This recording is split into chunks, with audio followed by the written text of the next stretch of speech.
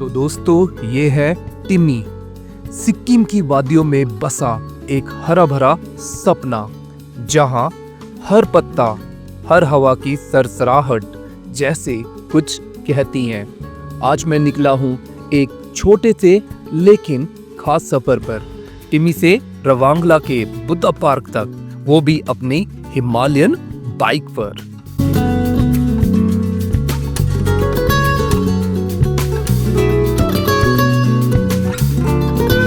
तो ये एक रवांगला में एक खूबसूरत सी लोकेशन है। मैं रवांगला पहुंच चुका हूं।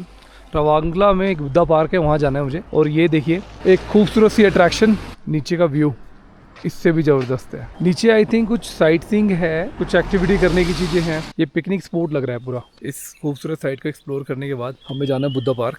ये जो लोकेशन है बहुत ही शांत है, बहुत ही पीसफुल, और यहाँ पर आपको सिर्फ पंछियों की आवाज़ सुनाई देगी, कोई शोर शराबा नहीं है। और यहाँ की गाड़ियाँ ज़्यादा हॉर्न नहीं बजाती हैं। देखिए एकदम स्ट्रेट गाड़ी जा रही है।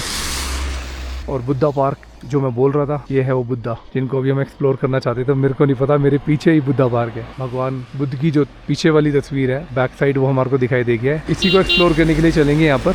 और फिर कुछ ही देर में एक ऐसी जगह सामने आती है जहाँ शब्द कम पड़ जाते हैं।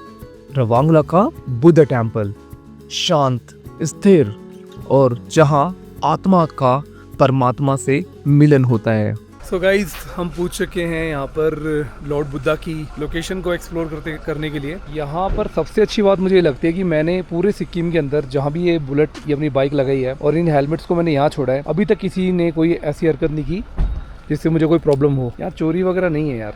अब मुझे तो लग रही है काफ़ी भूख, पहले कुछ खाते हैं फिर लॉर्ड बुद्धा को एक्सप्लोर करते हैं। बुद्धा पार्क को एक्सप्लोर करने से पहले लंच करने के लिए सामने रुके हम लोग। एकदम बुद्धा पार्क के सामने है ये रेस्टोरेंट। बहुत सारे रेस्टोरेंट्स हैं जहां अगर आप थक जाते हो रेस्ट कर सकते हो, फ्रेश होने जा सकते हो और खा पी सकते हो। तो लंच करते हैं, उसके बाद इस खूबसूरत बुद्धा पार्क को एक्सप्लोर करते हैं। दोस्तों सामने है बुद्धा स्टैचू। ये है रवांगला। रवांगला जो साउथ सिक्किम का एक खूबसूरत छोटा सा टाउन है।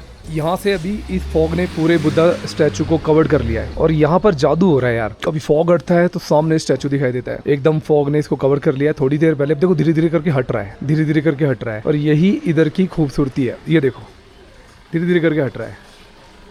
ओह माय गॉश, अब नेचर को आप क्या बोलोगे। ये देखो, ये देखिए देखिए देखिए, जादू हो गया ना। ओह माय गॉश, अभी बिल्कुल नहीं दिख रहा था और अब ये स्टैचू एकदम धीरे धीरे करके दिखने लगा है। देखने वाली चीज़ यही है कि यहाँ पे जैसे भगवान बुद्ध की ये जो स्टैचू है, बुद्धा स्टैचू, इतना खूबसूरत बनाया है बनाने वाले ने, और प्रकृति भी इसके साथ खेल रही है।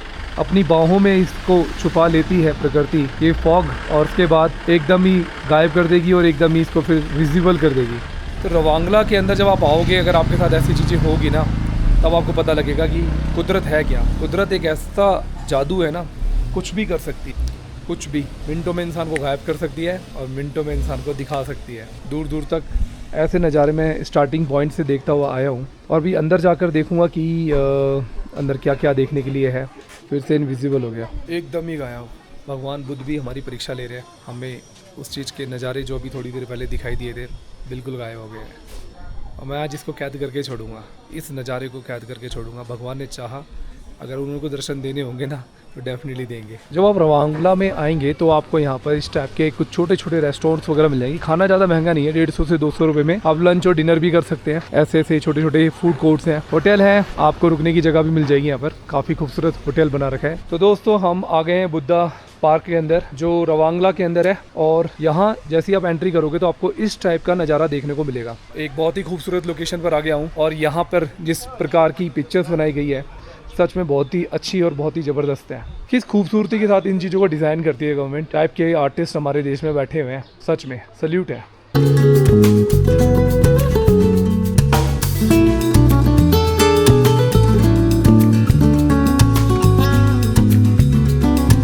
Ma'am 2 tickets. तो यहाँ पर ये टिकट्स के रेट हैं, और यहाँ सिर्फ कैश अलाउड है, ओनली कैश एक्सेप्ट करते हैं। तो चलते हैं अंदर। Outside food is not allowed, alcohol is not permitted, management is not responsible for the loss of belongings. इन सब चीज़ों का ध्यान रखना है कि अगर कोई भी चीज़ खोती है कोई अलाउ नहीं है। अल्कोहल पीकर मत आना गलती से भी, और बाहर का खाना अंदर अलाउ नहीं है। अब हम इस गेट से अंदर जा रहे हैं।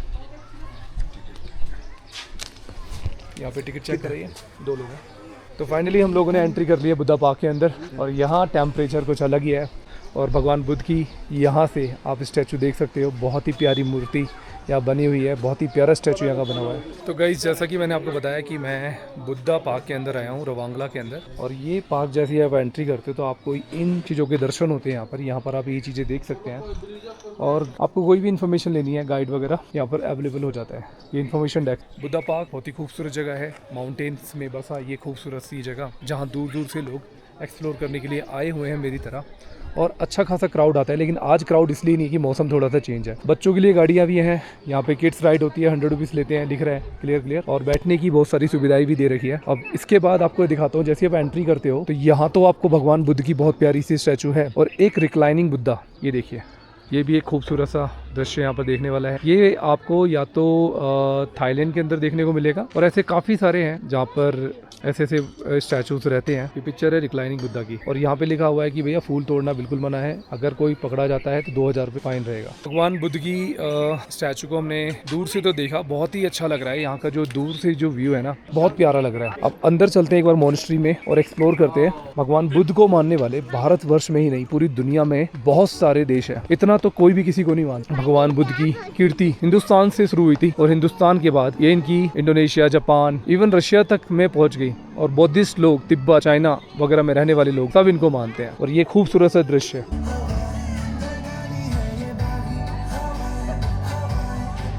पता नहीं दुनिया को क्या हो गया यार, कहाँ रोमांस करना चाहिए, कहाँ पर अपने आप को ये दिखाना चाहिए कि मैं तुम्हारा शाहरुख खान हूँ, तू मेरी करिश्मा कपूर है या कैटरीना कैफ है।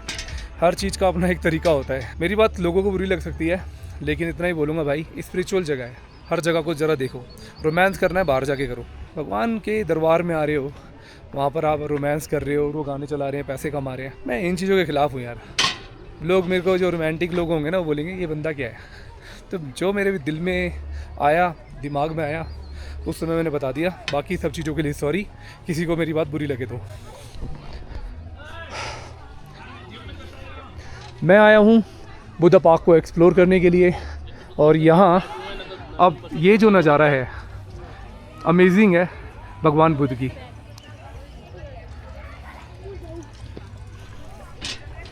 और इस खूबसूरत नज़ारे में भगवान बुद्ध की मूर्ति कब कोहरे में छुप जाएगी किसी को नहीं पता।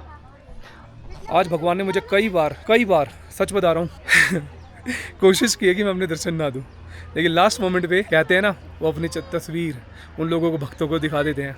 भगवान तो हर किसी में होता है, ईश्वर हर किसी में होता है, और इनके अंदर भी भगवान से ईश्वर का रूप आया और ये पूरी दुनिया में फैल गए एक रोशनी की तरह। और आज भी इनके मानने वाले पूरे संसार में सबसे ज़्यादा हैं। तो इनको प्रणाम करते हैं और ऊपर चलते हैं। तो दोस्तों चलते हैं, भगवान बुद्ध के दर्शन करते हैं, क्योंकि मैं काफ़ी देर से लोकेशन को एक्सप्लोर कर रहा था। देखने के लिए बस यही एक स्टैचू मुझे अच्छा लगा, और अंदर से जो मॉनेस्ट्री है इसको भी एक्सप्लोर करते हैं। ये तो मतलब हम भगवान बुद्ध के मंदिर में आए हैं।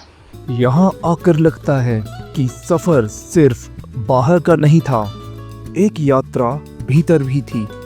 बुद्ध सिर्फ एक मूर्ति नहीं है, वो एक एहसास है जो भीतर की शांति को जगा देते हैं। दोस्तों मैं आप लोगों से सॉरी बोलना चाहूँगा, बुद्धा स्टैचू के अंदर की जो वीडियोस है मैं नहीं बना सका, क्योंकि वहाँ पे लिखा था प्रोहिबिटेड है और बहुत ही शांति वाली जगह है। मेरे दिल को थोड़ा सा खींच सा लिया है। जैसे मैंने बुद्धा के बारे में सुना है, पढ़ा है, और जब मैं इनको देखता हूँ तो ऐसा लगता है मुझे कोई खींच रहा है। इसके अंदर इतनी स्पिरिचुअलिटी और इतनी पॉजिटिविटी थी मंदिर के अंदर कि मेरे से बोला नहीं गया। टू बी ऑनेस्ट, इसमें मैं सच बोल रहा हूँ और भगवान बुद्ध के सामने बोल रहा हूँ। इनके आदर्श, इनके विचार कुछ अलग ही लेवल के थे। एक लाइट की तरह पूरी दुनिया में रोशनी इन्होंने जगमगाई। ऐसा लगता है यार हम कर क्या रहे हैं। मैं सोचता हूँ कई बार, जो मैं वीडियोग्राफी बनाता हूँ या ट्रैवलिंग करता हूँ, क्या सही है?